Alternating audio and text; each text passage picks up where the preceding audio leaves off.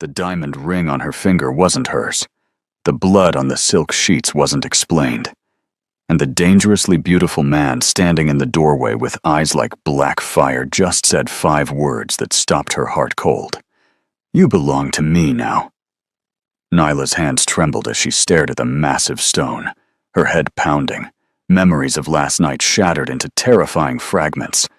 Champagne that tasted wrong, a stranger's hands, a van door opening to swallow her whole. "I don't even know you," she whispered, backing against the headboard. He moved closer, calm and lethal, like a predator who'd already won. "Han Jae-hyuk, and last night, I saved you from a trafficking ring seconds before you disappeared forever." His voice dropped, deadly soft. "But saving you meant claiming you. That ring tells every criminal in South Korea you're mine. And the people who tried to take you?" He paused at the foot of the bed, something dark and possessive burning in his gaze. "They're coming back to finish what they started. So you have 2 choices, Nyla Brooks. Stay here under my protection and survive, or walk out that door and be dead within a week." Her breath caught. "You're insane." "No." The ghost of a smile touched his lips, beautiful and terrifying. "I'm the only reason you're still breathing. And whether you hate me or not, you're about to find out exactly what it means to wear a MAFIA boss's ring." Outside, engines roared to life. Gunfire cracked in the distance. His phone buzzed. One glance at the screen, and his entire expression changed to something that made her blood run cold. "They're already here. Welcome back, besties. This story is about to take you on a journey so intense, so full of passion and unexpected turns, that you won't be able to look away. Trust me, the twists will catch you completely off guard. If you're ready, tap the like button, get comfortable, and don't forget to subscribe and help get this channel to 1,000 subscribers. Your support truly means everything to me. Let's get into this story." The ceiling was wrong. That was Nyla's first coherent thought as consciousness dragged her back from the void. Not her ceiling, not her apartment. The surface above her was ornate, carved wood painted in deep charcoal with gold leaf accents that caught the dim light filtering through heavy curtains. A chandelier hung in the center, crystal teardrops refracting pale morning sun into fractured rainbows across silk sheets that felt too smooth, too expensive, too unfamiliar against her skin. Her head throbbed with a violence that made thinking difficult. Nyla pressed her palms against her temples and tried to piece together the night before. There had been a gallery opening in Hyundai, networking with other designers, champagne that tasted slightly bitter, a stranger who kept refilling her glass. After that, everything dissolved into fragments. Flashing lights, a car door opening, hands that weren't hers guiding her, somewhere she didn't choose to go. She sat up too quickly, and nausea rolled through her stomach. The room spun once before settling into focus. This wasn't a hotel. The space was too personal, decorated with intention rather than corporate neutrality. Dark wooden furniture, shelves lined with books in Korean and English, a vinyl record player on a side table. Through the gap in the curtains, she could see manicured gardens and high stone walls, topped with security cameras. Then she noticed her hand. A diamond ring sat on her left ring finger, the stone so large it seemed obscene. Princess cut, flawless clarity, set in platinum, with smaller stones circling the band. Nyla stared at it, like it might disappear if she blinked hard enough. She tried to pull it off, but her fingers were slightly swollen, and the ring wouldn't budge past her knuckle. Panic arrived then, sharp and breathless. She threw back the covers, and her heart stopped. Blood. Not much, just a small stain on the white, sheets near where her body had been. Her dress from last night was gone, replaced by an oversized silk shirt that smelled like sandalwood and something darker, more masculine. She checked herself frantically, searching for injuries, but found nothing except bruises on her upper arms that looked like fingerprints. The door opened without warning. Nyla grabbed the nearest object, a heavy book from the nightstand, and held it like a weapon. The man who entered moved with the kind of calm that came from never being afraid. He was tall, dressed in black slacks and a crisp white shirt, with the sleeves rolled to his elbows, revealing forearms marked with ink she couldn't quite make out. His face was striking in a way that made her breath catch, despite the terror. Sharp features softened only slightly by full lips and eyes so dark they looked black in the dim light. His hair was pushed back from his face, still damp like he'd recently showered. He stopped when he saw her defensive stance, hands raised slightly in a gesture that might have been reassuring if his entire presence wasn't so threatening. "You're awake," he said in English, his accent precise and controlled. "Good. We need to talk." "Stay back." Nyla's voice came out steadier than she felt. "I don't know who you are or what happened last night, but I'm leaving right now." "You can't." 2 words, delivered with such finality that they landed like a physical barrier between her and the door. "Watch me." She moved toward the exit, but he shifted position, not blocking her path exactly, but making it clear he could. If needed, up close, she could see the exhaustion around his eyes, the tension in his jaw, the way his gaze tracked her movements like he was calculating 12 different outcomes. "My name is Han Jae-hyuk," he said. "Last night you were drugged at the gallery opening in Haeundae. The man who did it works for a trafficking network that moves women across the Pacific. You were minutes away from being transported to a cargo ship when my people intercepted." The words hit her like ice water. Nyla's grip on the book tightened. "You're lying." "I wish I was." He pulled out his phone and turned the screen toward her. Security footage showed her stumbling through a parking garage, a man in a server's uniform supporting her weight, leading her toward a white van. The timestamp read 3:47 in the morning. "We've been tracking this operation for months. You weren't the target. You were simply available." Nyla felt her knees weaken. She sat down hard on the edge of the bed, the book slipping from her fingers. "The blood. You fought back when they tried to move you into the vehicle, cut your arm on the doorframe." He gestured to her left forearm, where she now noticed a bandage she'd missed in her panic. "The ring belonged to my mother. Putting it on your finger was the fastest way to make certain people believe you were under my protection. In this world, that symbol means something." "What world?" But even as she asked, Nyla was beginning to understand. The fortress walls, the security, the way he spoke about trafficking networks like he had personal knowledge of their operations. "Who are you really?" Jae-hyuk's expression didn't change, but something flickered in his eyes. "Someone you should be afraid of, but not today." The answer made her skin crawl, and her pulse race in a way that had nothing to do with fear alone. Before she could respond, another voice called from somewhere beyond the door, an older woman speaking rapid Korean. Jae-hyuk answered in the same language, his tone shifting to something almost gentle. "Mrs. Kang is bringing breakfast," he told Nyla. "You need to eat, and then we'll discuss what happens next."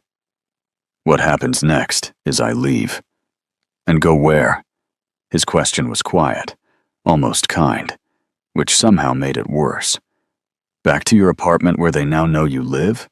Back to your routine where they can find you? Again? The people who tried to take you don't stop because they failed once. They adapt. They wait. They try again." An elderly woman entered carrying a tray, her weathered face breaking into a warm smile when she saw Nyla awake. She spoke in Korean, setting down the tray with care, then reached out and patted Nyla's hand with surprising affection before leaving as quickly as she'd arrived. "She says you have a strong spirit," Jae-hyuk translated. That you'll survive this. This? Nyla looked at the ring again, at the opulent room, at the man who claimed to be her savior while also being her captor. What exactly is this? Temporary. He moved toward the door, giving her space.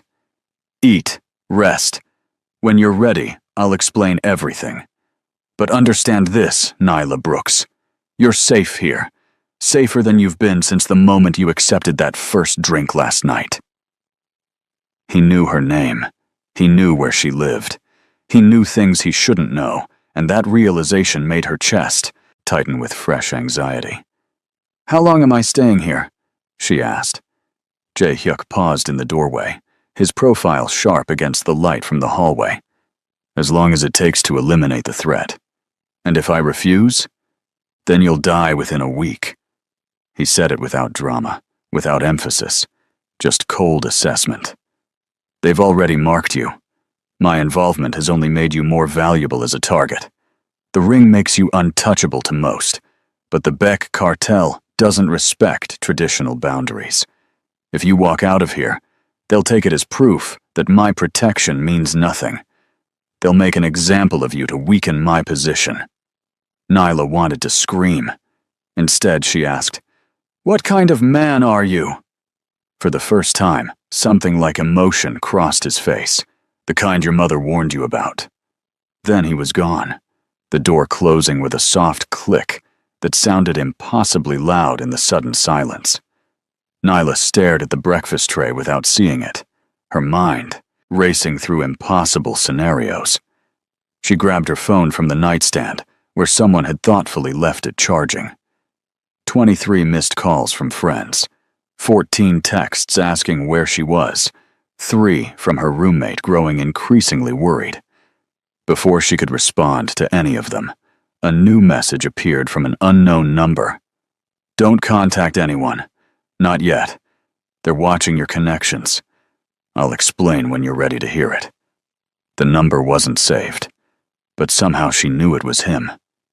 Jae-hyuk, the man who claimed to be protecting her while simultaneously holding her prisoner. Nyla threw the phone onto the bed and pressed her fists against her eyes, trying to stop the tears of frustration and fear that threatened to spill over. The food smelled incredible despite everything. Rice porridge with ginger, grilled fish, pickled vegetables, fresh fruit cut into perfect sections. Her stomach growled traitorously. She hadn't eaten since lunch yesterday, before the Sasha gallery opening that had somehow ended with her waking in a crime lord's bed wearing a dead woman's ring. She ate mechanically, tasting nothing, her mind churning through her options. Running seemed suicidal, based on what Jae-hyuk had told her. Staying felt like surrender. Calling the police meant explaining how she ended up here, meant potentially exposing herself to the very people who'd tried to take her if there were corrupt officers involved. Everything was impossible. After breakfast, Nyla explored the room more carefully. Her purse sat on a chair, contents apparently untouched. Her wallet, keys, makeup, everything accounted for. The clothes she'd worn last night hung in the closet, cleaned and pressed. In the attached bathroom, she found luxury toiletries, towels so soft they felt like clouds, and a shower with enough water pressure to strip paint. She showered until her skin turned red, scrubbing away the feeling of violation, even though logically she knew Jae-hyuk hadn't touched her that way. The bandage on her arm was waterproof. When she peeled it back, she found a clean cut, professionally stitched, already beginning to heal. Someone had treated her injuries with care. The closet held more than just her dress. An entire section contained women's clothing in exactly her size, tags still attached, designer labels she recognized from window shopping she could never afford. Jeans, blouses, dresses both casual and formal, undergarments still in packaging. Someone had anticipated her staying here long enough to need a wardrobe.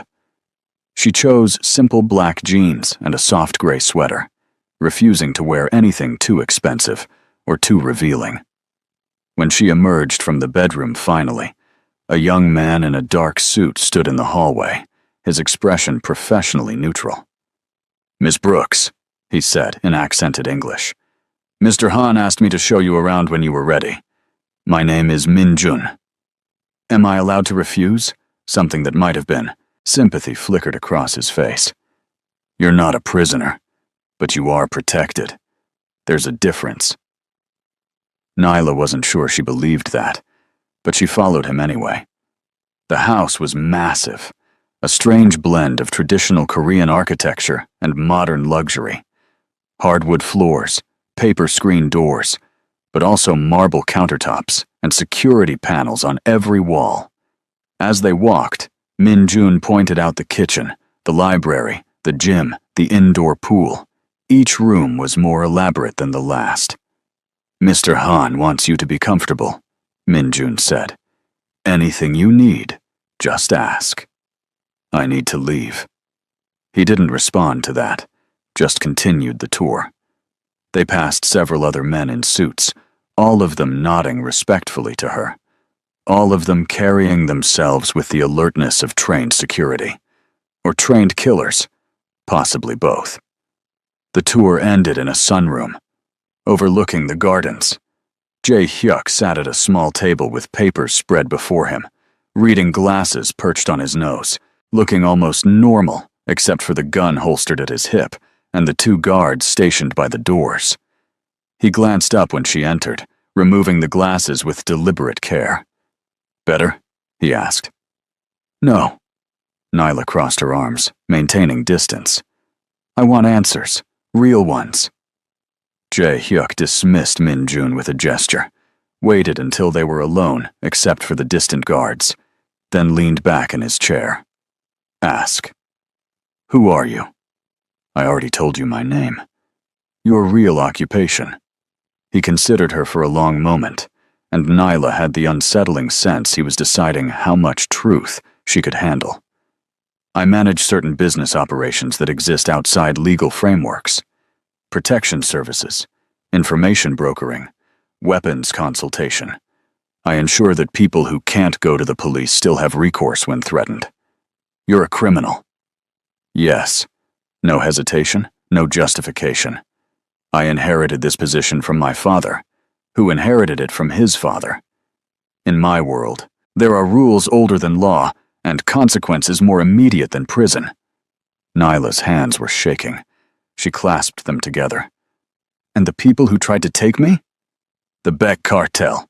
They run trafficking operations through 6 countries, moving women, children, organs, whatever generates profit. They've been trying to expand into territory I control. Taking you was likely opportunistic, but my intervention has made it personal." "So I'm leverage. That's why you put this ring on me." She held up her hand. "To claim me. To protect you." Jae Hyuk's voice hardened. "That ring tells everyone in this city that harming you means declaring war on me.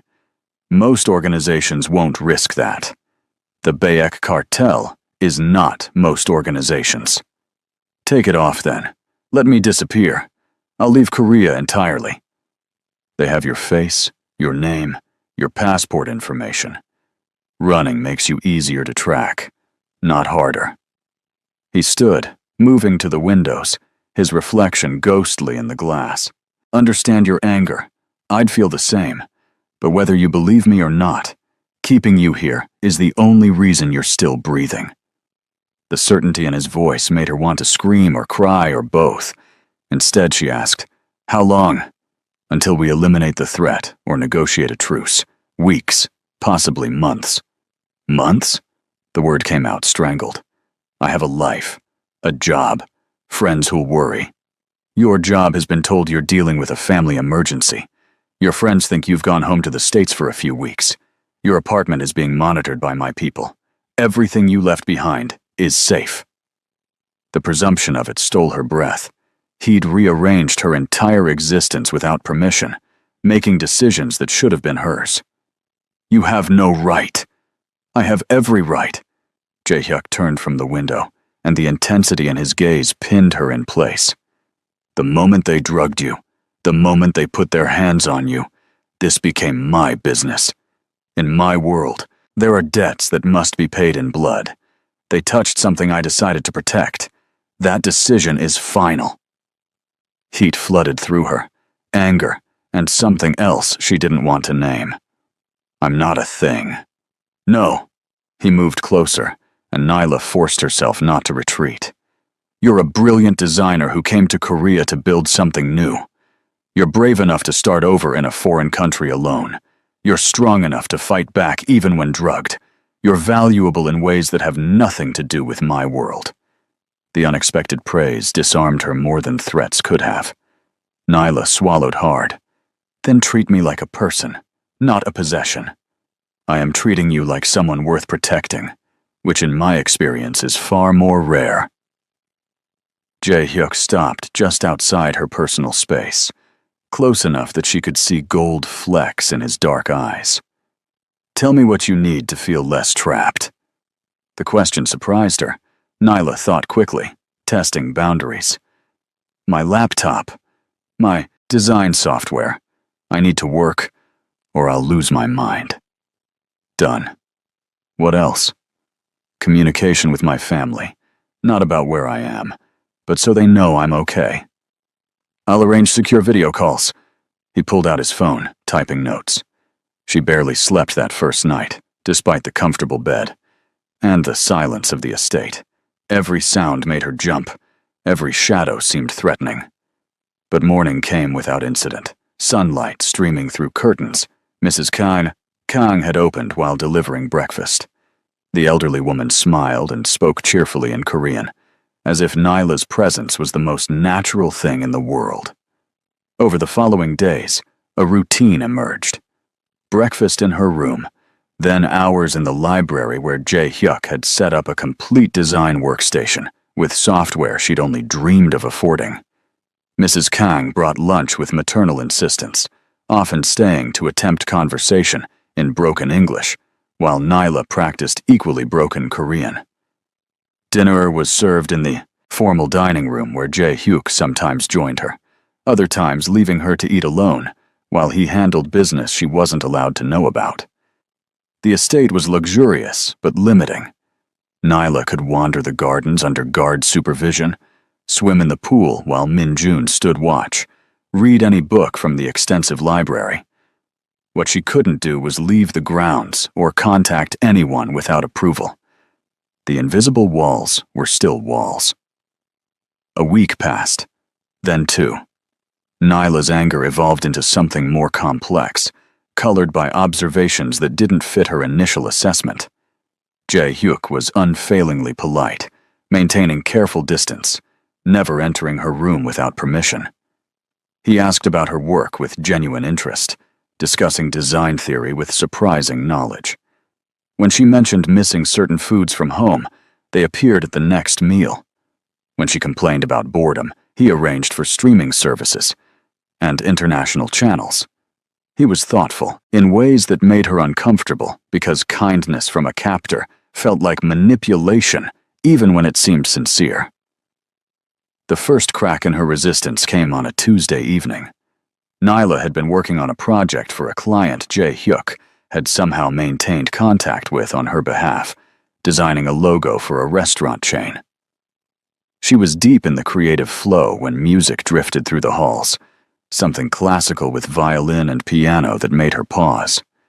Following the sound, she found Jae-hyuk in a room she hadn't explored yet, surrounded by vintage record players and shelves of vinyl. He stood with his back to her, hands in his pockets, just listening. Without his usual guards, without the veneer of control, he looked almost vulnerable. Vivaldi, he said without turning around. 4 seasons. My mother used to play this constantly. Nyla lingered in the doorway. Mrs. Kang mentioned she passed away. When I was 15. He finally looked at her, and the grief in his expression was raw enough to make her chest ache.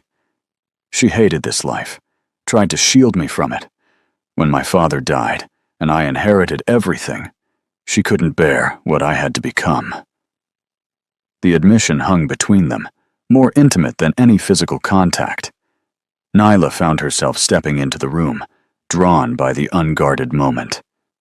The ring was hers. The only jewelry she kept from before marrying into this family. She wore it every day until she died. His gaze dropped to where the diamond caught the lamplight on Nyla's finger. I swore I'd only give it to someone I truly wanted to protect. Someone worth the cost. The weight of those words pressed against her ribs. You don't know me well enough to make that decision. I know you fight. I know you create beauty in a world that often destroys it. I know you're here instead of broken, because when they tried to take you, you didn't stop struggling even when the drugs made you weak. Jae-hyuk's voice dropped lower. That's enough. Warmth bloomed in her chest, unwanted and undeniable. Nyla forced herself to look away, to remember this man was still her captor, regardless of his reasons. It's a beautiful piece. It suits you better than it ever suited me sitting in a vault. The moment stretched too long, loaded with unspoken things. Nyla cleared her throat. I should get back to work. She fled before he could respond, her heart hammering against her ribs. Back in the library, she tried to focus on color palettes and font choices, but her mind kept drifting to the way Jae-hyuk had looked, standing alone with his grief, to the careful way he maintained distance, like he knew his presence was both protection and prison. This was dangerous territory. She couldn't afford to humanize him, couldn't let herself see past the crime lord to the man underneath. That path led to Stockholm Syndrome, to justifying the unjustifiable. But late that night, unable to sleep, Nyla found herself back at the music room door. The lights were off, but she could hear movement inside. Through the gap, she watched Jae-hyuk sitting in shadow, another record playing, his head in his hands, looking so utterly alone that something in her chest cracked. She retreated before he noticed her, but the image haunted her dreams. The next afternoon brought their first real argument. Nyla had been pushing for phone privileges beyond supervised video calls with her family, wanting to contact friends directly. Jae-hyuk refused, citing security concerns. The discussion escalated in the sunroom, voices rising. You can't keep me completely isolated, Nyla snapped. That's psychological torture. Better isolated than dead. His control was slipping, jaw tight. You don't understand how these organizations work. One wrong message, one traced location, and they'll know exactly where to strike. So I'm supposed to trust you completely while you trust me not at all? I trust you. I don't trust the people who want to hurt you to exploit any opening. Jae-hyuk stood abruptly, pacing. This isn't about control. It's about keeping you alive long enough for this to end. And when does it end? You keep saying soon, but it's been 2 weeks. These things take time. Convenient answer from the man who benefits from keeping me here. The accusation burst out before Nyla could stop it, fueled by frustration and cabin fever. Jae-hyuk went very still, his expression darkening into something dangerous. When he spoke, his voice was razor quiet. You think I benefit from this? From having to guard you constantly? From knowing my enemies are watching for any weakness? From being unable to conduct business normally because protecting you requires resources I can't spare? Then let me go. No. The word was absolute.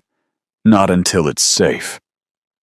They stared at each other across the sunroom, tension crackling between them like static electricity. Nyla's breath came fast and shallow, adrenaline flooding her system.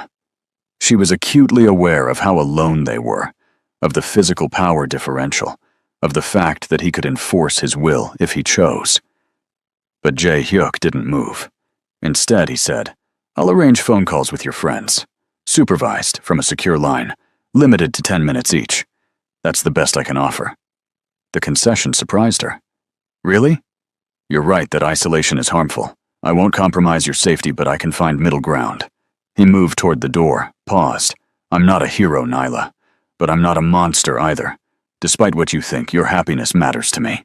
He left before she could formulate a response, and Nyla sank into the nearest chair, feeling unmoored.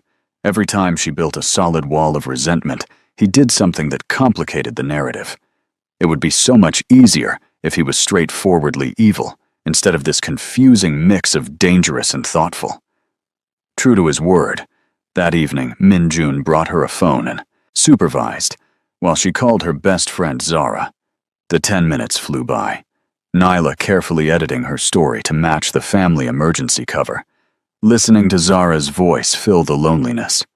When the call ended, she felt both better and worse, connected, but reminded of everything she was missing. Thank you, she told Jae-hyuk when she found him later in his office. For the call. He looked up from paperwork, removing his reading glasses. You're welcome. Schedule more whenever you need them. The gentleness in his voice did dangerous things to her resolve. Nyla should have left then, should have maintained distance. Instead, she found herself asking, why do you wear reading glasses? You're not old enough to need them. A slight smile crossed his face. Vanity. I should probably get contacts, but I've never gotten around to it.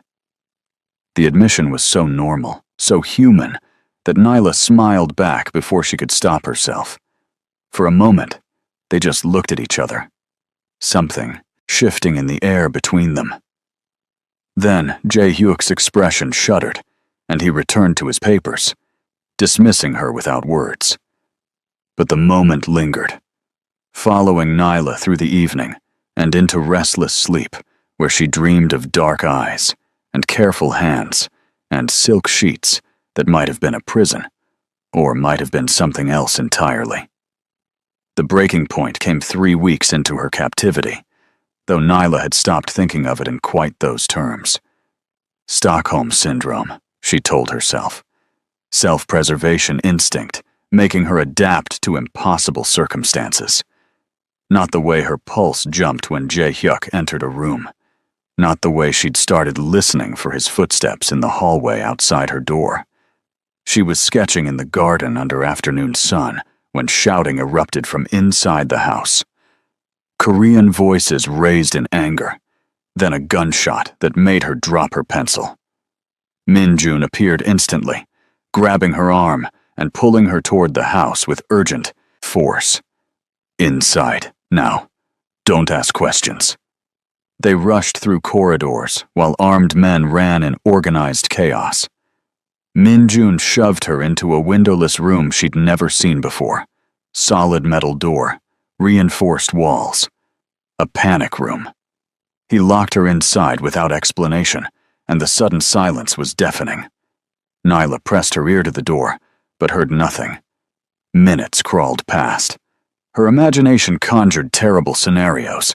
Had the Baek cartel found her? Was Jae-hyuk hurt? The gunshot kept replaying in her mind, that sharp crack that meant violence and blood. 20 minutes felt like hours before the lock disengaged. Jae-hyuk stood in the doorway, jacket discarded, blood on his white shirt sleeve. Not his blood, she realized with sickening relief.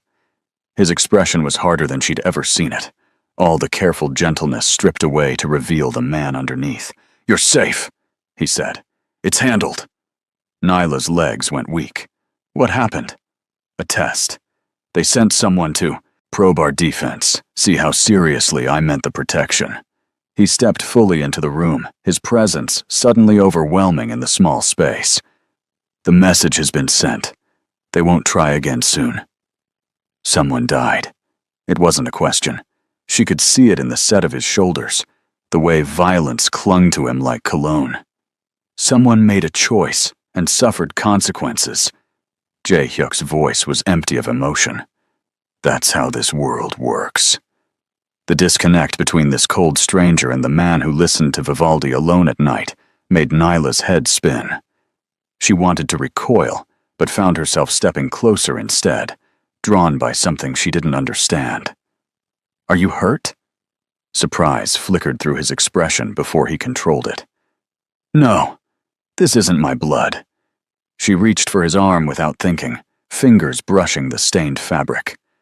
Jae-hyuk went absolutely still, under her touch, every muscle tensing. Their eyes met, and the air turned electric. Nyla became hyper-aware of how close they were standing, of the way his gaze dropped to her mouth, then jerked back up. "You should rest," he said, voice rough. "The danger has passed." But neither of them moved. The space between them felt charged with all the unspoken tension that had been building for weeks. Nyla knew she should step back, should maintain the boundaries that kept this situation survivable. Instead, her hand stayed on his arm, feeling the warmth of him through blood-stained cotton. "I was terrified," she admitted. "When I heard the gunshot, I thought you might be dead, and I don't know why that scared me so much." Jae-hyuk's jaw clenched. "Don't. Don't what?" "Don't care about me. It makes everything more complicated." The raw honesty in those words cracked something open in her chest. Too late. He moved then, hand coming up to cup her face with devastating gentleness. His thumb brushed her cheekbone, and Nyla's breath caught. They stood frozen in that moment, balanced, on the edge of something neither could take back. She could see the war in his eyes, desire fighting control, want battling propriety. "If I kiss you right now," Jae-hyuk said quietly, "everything changes. You understand that?" Nyla nodded, unable to form words. Her heart hammered so hard she was certain he could hear it. But instead of closing the distance, he dropped his hand and stepped back, breaking the spell. "I can't take that choice from you. Not when you're here, because I forced it." The loss of his touch felt like cold water. Nyla wrapped her arms around herself. "What if I want you to? Ask me again when you're free to leave, and I'll believe you mean it." He moved toward the door, paused with his back to her. "I'll have Mrs. Kang bring dinner to your room. You should avoid the main areas tonight while we clean up." Then he was gone, and Nyla was alone with her racing heart and the phantom heat of his hand against her face. She sank to the floor, head in her hands, trying to understand what was happening to her. This was wrong. He was a criminal who'd kidnapped her, who killed people, who lived in a world of violence and blood. Feeling anything beyond hatred should be impossible.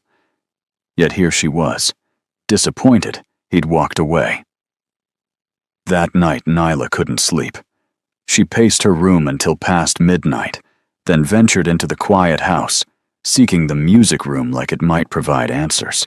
Jae-hyuk was there, as she'd somehow known he would be, standing by the window with a glass of amber liquid, still wearing the blood-stained shirt. "Can't sleep either?" she asked from the doorway. He didn't turn around. "Killing gets easier each time. That's what frightens me most." The confession hung heavy between them. Nyla entered the room, maintaining distance but present. Was there another way? Without violence? Not in my world. In my world, hesitation means death. He finally looked at her, and the exhaustion in his face made him look younger, more vulnerable. "I stopped having other options the day my father died, and left me this empire, built on fear. Do you want it? This life? What I want stopped mattering a long time ago." Jae-hyuk drained his glass, set it down with controlled precision. "I keep people safe who have nowhere else to turn. I provide justice where the system fails. Tell me that's not worth the cost." "I can't," Nyla admitted, "because I don't know what the cost really is. Everything." The single word carried the weight of years. "It costs everything."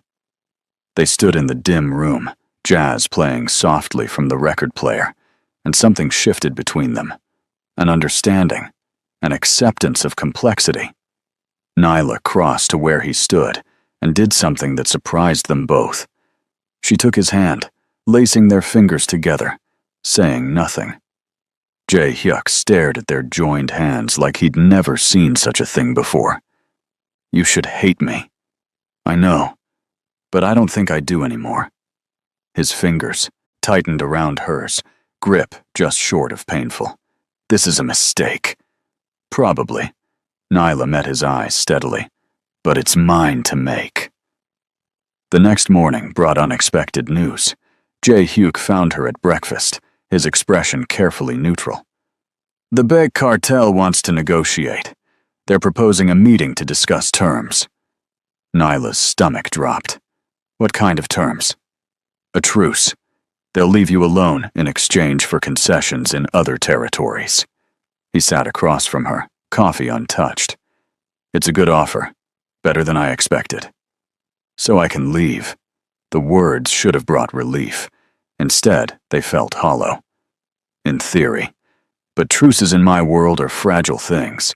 I'd need guarantees, verification, insurance that they'll honor the agreement.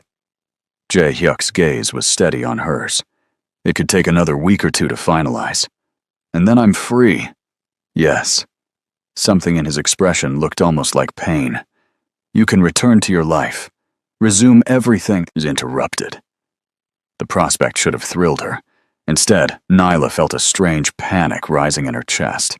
Going back meant leaving this strange bubble where she'd somehow found herself caring about a man who embodied everything she should oppose. It meant losing the security of his presence, the way he looked at her like she was precious, the careful dance they'd been doing around undeniable attraction. What if I don't want to leave right away? The question escaped before wisdom could stop it. Jae Hyuk went very still. Don't say things you don't mean. I'm not. Nyla leaned forward, pulse racing. I'm saying I need time to understand what this is between us before I walk away and never see you again. The mask he wore so carefully cracked, revealing raw want underneath. You're asking to stay in a prison. I'm asking for honesty. No more pretending this is just protection. Her voice steadied with conviction. Tell me you don't feel this too, and I'll leave the moment the truce is signed. Jae Hyuk stood abruptly, pacing like a caged animal. What I feel is irrelevant. You deserve someone who can give you a normal life, not a man covered in blood, who'll always put you in danger. Stop deciding what I deserve. Nyla rose to face him. I'm a grown woman, making informed choices. Flawed choices, maybe. But mine. He stopped pacing, turned to her with an intensity that stole her breath. If we do this, if we cross this line, there's no going back. You understand? My world doesn't do casual. You become mine, and I become someone who will burn everything down to keep you safe. The possessiveness in those words should have terrified her. Instead, heat flooded through her veins. Maybe I want that. They stared at each other across the breakfast room, the air crackling with tension. Nyla could see the moment his control finally shattered. He closed the distance between them in 3 strides, hands coming up to frame her face, giving her one last chance to refuse. She didn't. The kiss was inevitable, desperate. 3 weeks of denial combusting into heat. His mouth claimed hers with barely restrained hunger, and Nyla responded with equal fervor, hands fisting in his shirt, pulling him closer. He kissed like a man starving, like she was oxygen, and he'd been drowning. Deep and demanding, and absolutely consuming. When they finally broke apart, both breathing hard, Jae Hyuk pressed his forehead to hers. This is insane. I know. Nyla's fingers traced his jaw, feeling the tension there. Kiss me again anyway. He did, slower this time, but no less intense. One hand tangled in her hair, while the other splayed across her lower back, holding her against him. Nyla had been kissed before, but never like this. Never with such focused intensity. Like every moment mattered, because it might be the last. A cough from the doorway made them spring apart. Min-jun stood there, looking profoundly uncomfortable, eyes carefully averted. Forgive the interruption, but the negotiators are waiting for your call. Jae-hyuk's jaw clenched with frustration, but his voice came out steady. "Tell them I'll be there in 5 minutes." Min-jun disappeared quickly. Jae-hyuk turned back to Nyla, his thumb brushing her swollen lips. "We'll continue this conversation later, but understand, if you're choosing this, if you're choosing me, I won't make it easy to walk away." "Good." She smiled despite the chaos in her chest. "I don't want easy." His answering smile was dangerous and beautiful. Then he was gone, leaving her alone with racing thoughts and the taste of him still on her lips. The day passed in surreal slow motion. Nyla tried to work on designs, but her mind kept drifting to that kiss, to the promise implicit in Jae-hyuk's words. She'd crossed a line she couldn't uncross, made a choice that would define everything going forward. Terror and exhilaration warred inside her. Mrs. Kang appeared at lunch with no knowledge in her eyes, saying something in Korean that sounded approving. She patted Nyla's hand and left with a satisfied smile, and somehow that ordinary gesture made everything feel more real. Evening brought Jae-hyuk to her door, freshly showered, wearing casual clothes she'd never seen him in before. Jeans and a simple black sweater that made him look less like a crime lord and more like a dangerously attractive man.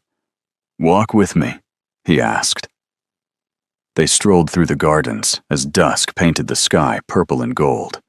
Guards maintained discreet distance, present but not intrusive. The air smelled like jasmine and possibility. "The negotiations are going well," Jae-hyuk said. "Better than expected. They're eager to avoid prolonged conflict." "That's good." Nyla tried to mean it. "It means you could be free within the week." He stopped walking, turned to face her. "I need you to be certain about this, about us, before that happens. Because once you leave, if you choose to leave, I won't come after you. I won't be another cage you can't escape." The consideration in those words made her throat tight. "And if I stay? If I choose you? Then I'll spend every day trying to be worthy of that choice." His hand came up to tuck hair behind her ear, the gesture achingly tender. "I'll dismantle the parts of my empire that put you at risk. I'll build something better, cleaner. I can't promise to be good, Nyla, but I can promise to be better for you." She wanted to believe him so badly it hurt. "That's a lot to give up. You're worth more." The certainty in his voice left no room for doubt. "I've spent my whole life following rules written in blood by dead men. Maybe it's time to write new ones." Nyla reached for his hand, the ring on her finger catching fading light. "Your mother's ring. When did you decide to make it real?" "The moment you didn't run from me, covered in someone else's blood." Jae-hyuk's thumb traced her knuckles. "When you looked at me and saw a person instead of a monster." "I see both," she admitted. "That's what scares me." "Good. You should never stop seeing both." He pulled her closer, arms wrapping around her waist. "I am dangerous, Nyla. I have done terrible things and will likely do more. But with you, I want to try being someone different." She rested her head against his chest, hearing his heartbeat strong and steady. "This is crazy." "Completely insane." His lips brushed her temple. "Stay anyway." They stood like that as darkness fell, wrapped in each other, balanced on the edge of a decision that would define everything. Around them, the estate glowed with lights. Guards patrolled, and somewhere beyond the walls, a dangerous world waited. But in this moment, in this Arden, there was just the two of them, and the impossible thing growing between them. Later that night, Nyla couldn't sleep again. She found herself outside Jae-hyuk's bedroom door, heart pounding, knowing this was a point of no return. Before she could knock, the door opened. He stood there shirtless, looking unsurprised to see her. "Can't sleep?" His voice was rough with exhaustion. "Too much thinking." She twisted her hands together nervously. "Can I stay? Just to sleep. Don't want to be alone." Something in his expression softened. He stepped aside wordlessly, letting her enter. His room was surprisingly simple, masculine, but not ostentatious. The bed was massive, sheets black silk that whispered when she sat on the edge. Jae-hyuk grabbed a shirt from his closet, pulling it on before joining her. "I'll stay on top of the covers. You take the bed." "That's not necessary." "Yes, it is." He stretched out beside her, maintaining careful distance.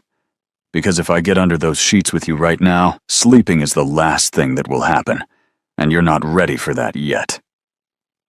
Heat flooded through her at the implication. Nyla turned on her side to face him, studying his profile in the darkness. "How do you know what I'm ready for?" "Because I pay attention." He turned his head, meeting her eyes. "I see how you still flinch sometimes when I move too fast. I notice when fear shadows your eyes before trust replaces it. I won't take anything you're not absolutely certain you want to give." The consideration in those words undid her. Nyla reached across the space between them, finding his hand, lacing their fingers together. "Thank you." They lay like that, hands joined, not sleeping but not talking either, just existing together in the quiet darkness. At some point, exhaustion claimed them both, and Nyla drifted into the deepest sleep she'd had since arriving at the estate. She woke to sunlight and the smell of coffee. Jae-hyuk sat in a chair by the window, fully dressed, watching her with an expression she couldn't quite read.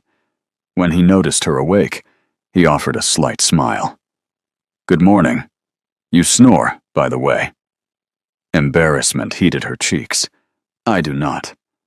"Just a little. It's endearing." Brought her coffee, fixing it exactly how she liked without asking. "We have a problem." The shift in his tone made her stomach drop. "What kind of problem?" "The Baek cartel accepted my terms too easily. I'm concerned it's a trap." Jae-hyuk sat on the edge of the bed, expression serious. "I need to attend the final negotiation in person to assess their sincerity. It could be dangerous." Fear spiked through her. "Then don't go." "I have to. Refusing shows weakness, and weakness invites attack." His hand covered hers. "But I need you to promise me something. If anything happens, if things go wrong, Min-jun will get you out of Korea. You'll go back to the States, and you'll never look back." "No." The word came out fierce. "You don't get to make me care about you, then ask me to abandon you." "Nyla." Her name was a plea.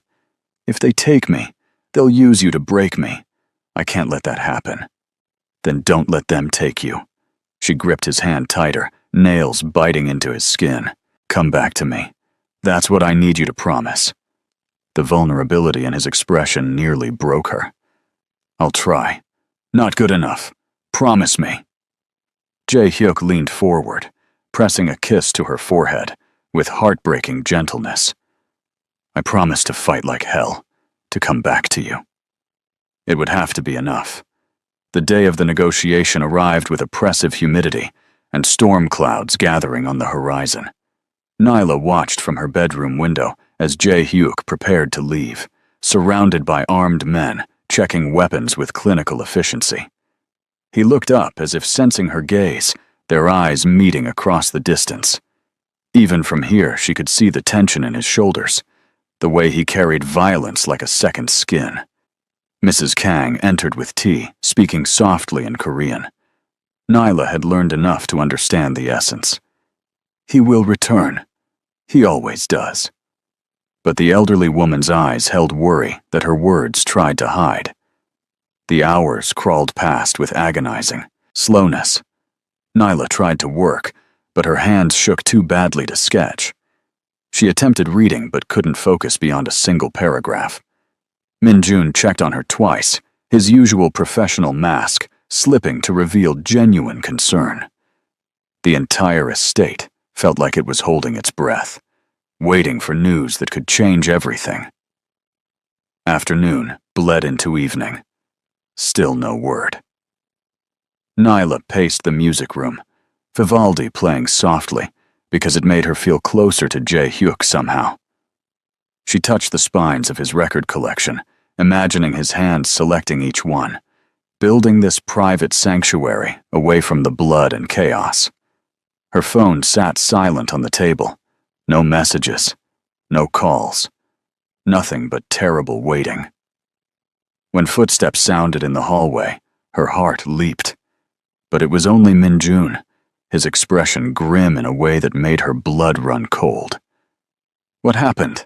Her voice came out steadier than she felt. "There was an ambush. The Beck cartel never intended to negotiate. They wanted to eliminate Mr. Han in neutral territory." Min-jun's jaw clenched. "We have casualties. He's alive, but the situation is deteriorating quickly." Relief and terror crashed through her simultaneously. "Where is he?" "On his way back. But the cartel knows he's wounded, and they're pressing the advantage. They've mobilized everything for a final assault on the estate." Min-jun moved toward her with purpose. "We need to get you to the safe house immediately." "No!" Nyla stepped back. "I'm not leaving him." "Miss Brooks, please be reasonable. If they breach our defenses, you become a liability. He'll die trying to protect." "Then make sure they don't breach them." She crossed her arms, anchoring herself. "I'm not running while he's bleeding because of me." Min-jun looked like he wanted to argue, but voices erupted outside, shouting in Korean. He cursed under his breath. "Stay in this room. Lock the door. Don't open it for anyone except me or Mr. Han." Then he was gone, and Nyla was alone with fear clawing at her throat. She locked the door as instructed, then grabbed the heaviest object she could find, a marble bookend, holding it like a weapon. Her design skills hadn't prepared her for combat, but survival instinct was a powerful teacher. Gunfire erupted in the distance, sharp cracks followed by the deeper boom of something heavier. Nyla's grip on the bookend tightened until her knuckles went white. She thought about Jae-hyuk wounded somewhere, about the promises they'd made in darkness, about a future that might die tonight before it had a chance to begin. The lights went out suddenly, plunging the house into darkness cut only by emergency lighting that painted everything in eerie red. Nyla's breath came in short gasps. More gunfire, closer now. Breaking glass. Shouting in Korean and English. The sounds of war brought directly to the doorstep. Something slammed against the music room door, and Nyla nearly screamed. She raised the bookend, prepared to fight. But then she heard his voice. "Nyla, it's me. Open the door." Her hands fumbled with the lock. Jae-hyuk stumbled inside, supported by one of his men.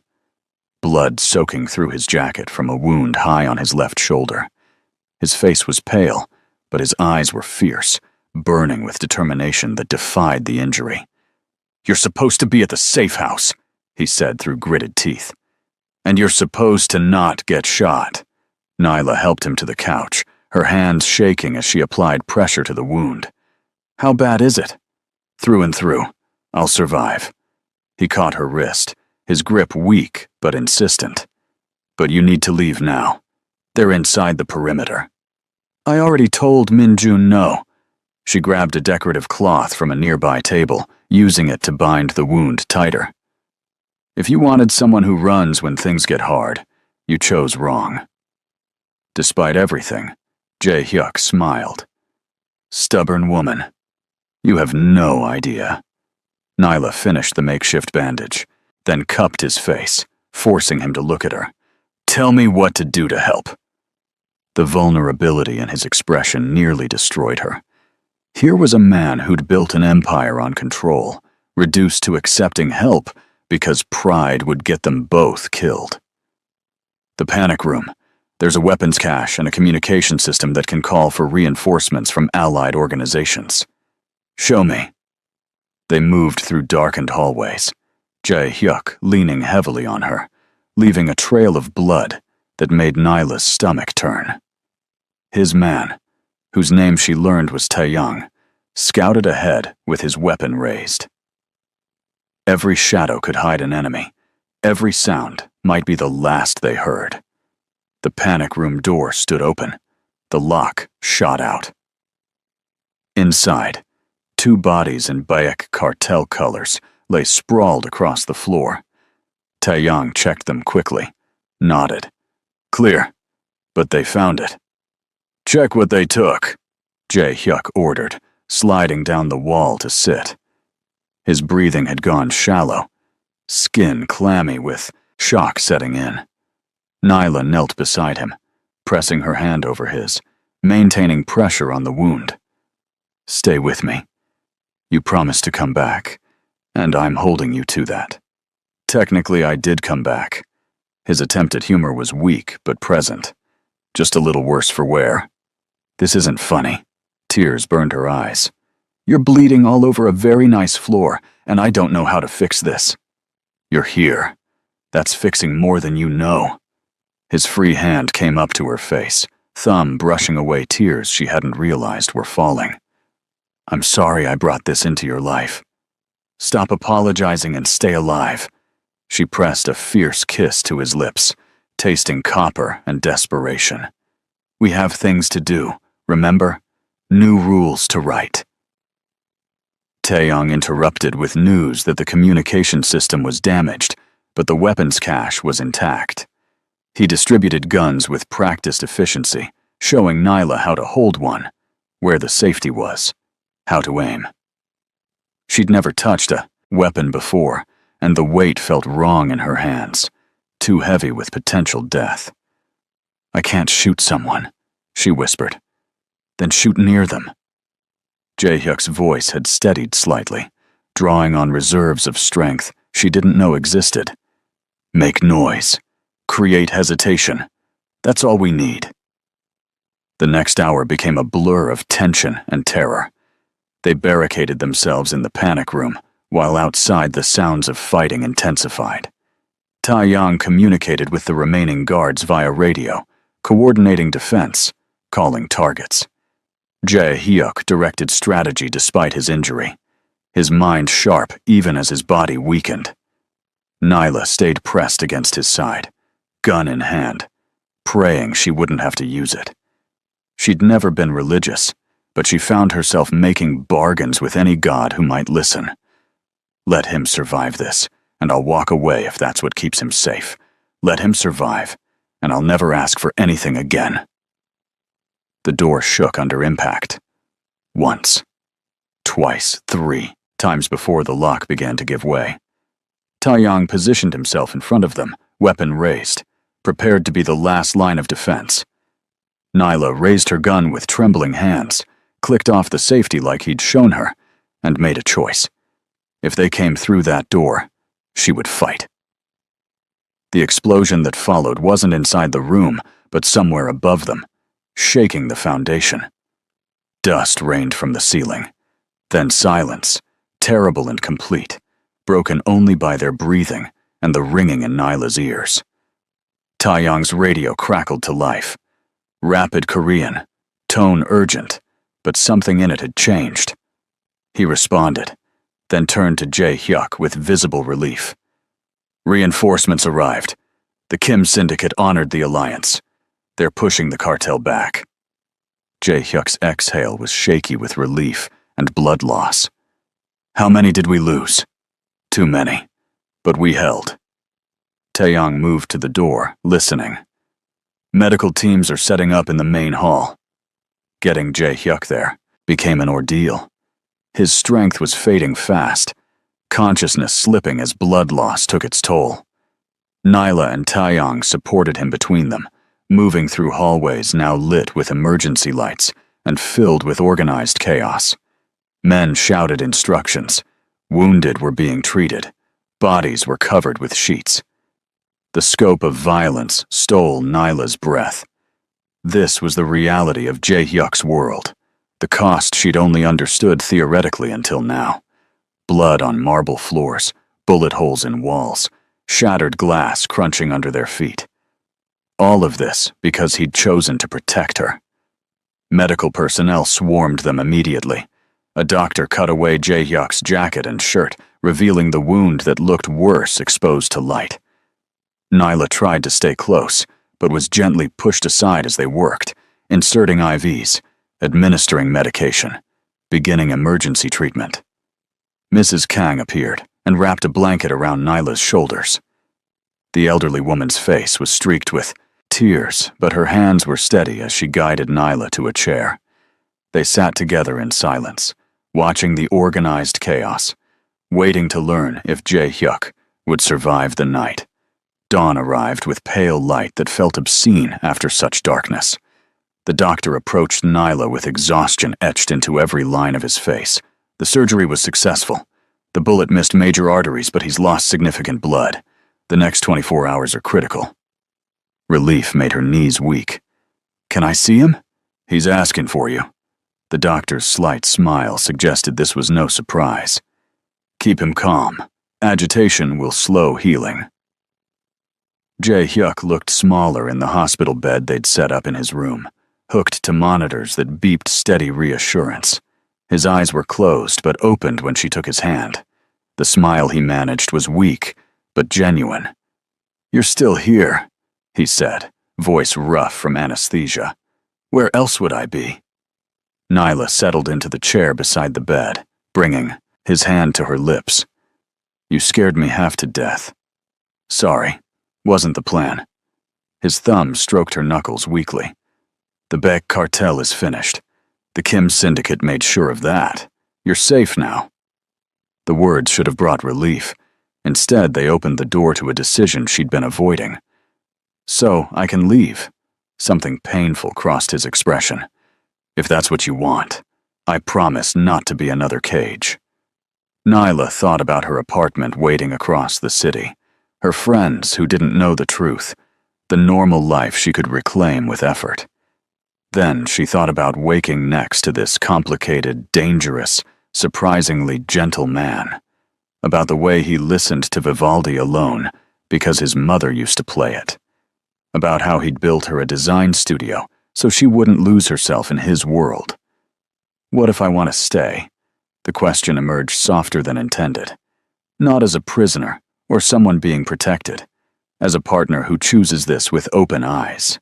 Jae-hyuk's grip on her hand tightened marginally. "You've seen the worst of my world now. The blood, the violence, the cost. You still want this?" "I want you."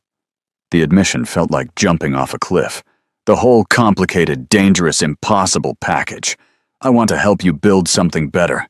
I want to be someone who stands beside you, not behind you." Tears gathered in his eyes, shocking her. "I don't deserve you."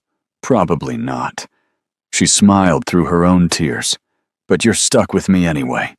He pulled her closer despite the pain it must have caused, until their foreheads touched. "I'll spend my life trying to be worthy of this choice. Start by healing. Everything else we'll figure out together."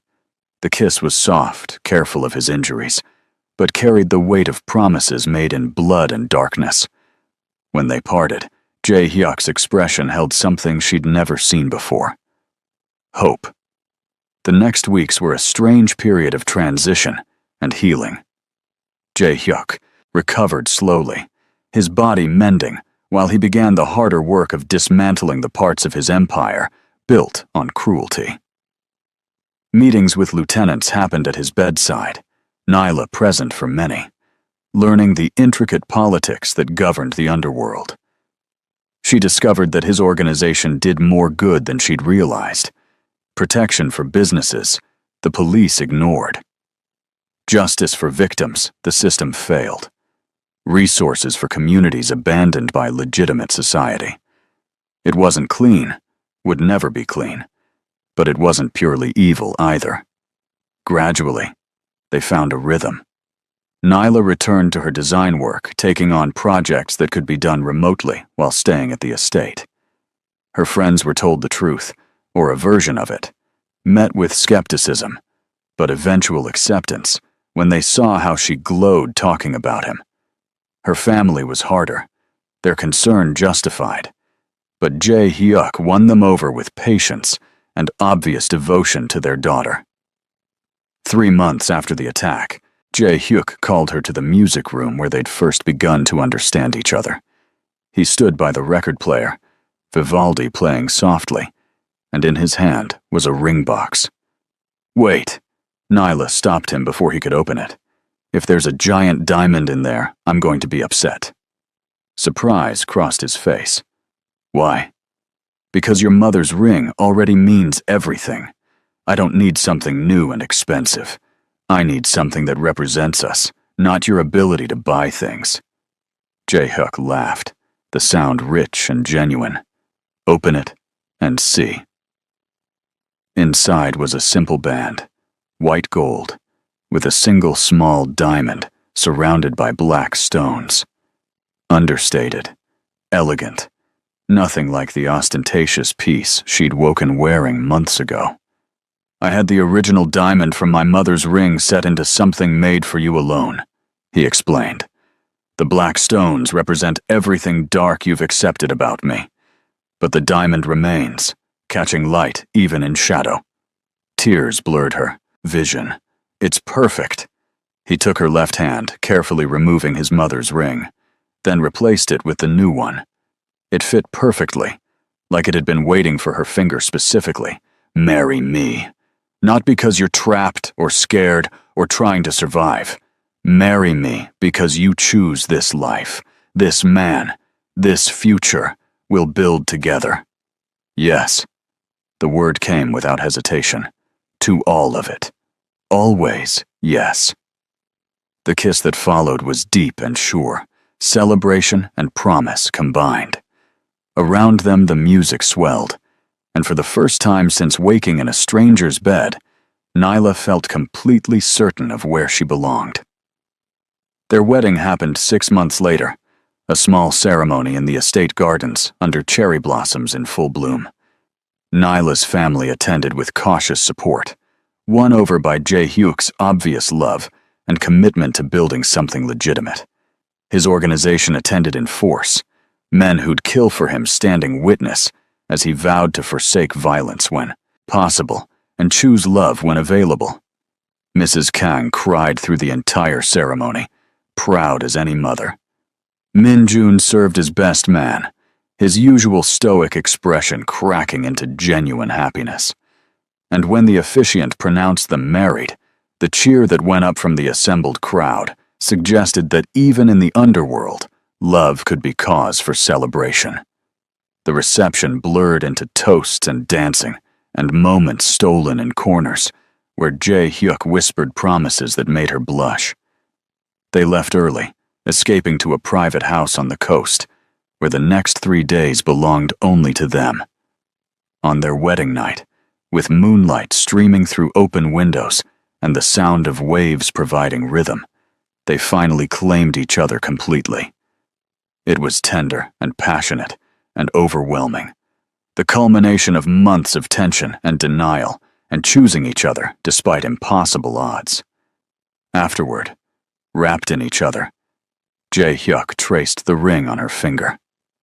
No regrets, not even one. Nyla kissed his shoulder, his neck, his jaw. "You? Only that I didn't find you sooner." His arms tightened around her, that we wasted time on fear and hesitation. We needed that time, to understand what we were choosing. Maybe. He turned to face her fully, expression serious. "I meant what I said about building something better. I've begun transferring resources into legitimate businesses, community programs, protection services that operate within legal frameworks. It'll take years to transition completely, but I'm committed. I know you are." She believed him absolutely. "And I'll be with you through all of it." They made love again as dawn painted the sky gold and pink, slower this time, learning each other with patient devotion. Nyla had never imagined her life could contain such intensity, such depth of feeling, such absolute certainty that despite the unconventional beginning, this was exactly where she belonged. A year later, Nyla stood in their home, now a restored traditional Korean house that balanced history with modern comfort, one hand resting on her swollen belly. 7 months pregnant with a daughter who kicked constantly, she reviewed designs for a community center Jae Hyuk was funding in a neighborhood previously controlled by hostile elements. The transformation had been remarkable to witness. Jae Hyuk had kept his promise, methodically dismantling the violent aspects of his empire while building legitimate alternatives. There were still enemies, still threats, still nights when he came home with blood on his hands. But they were becoming less frequent as his reputation shifted from feared crime lord to complicated businessman operating in gray areas. Nyla had built her own success, her design firm now internationally recognized, her story, though edited, inspiring others to take chances on unconventional paths.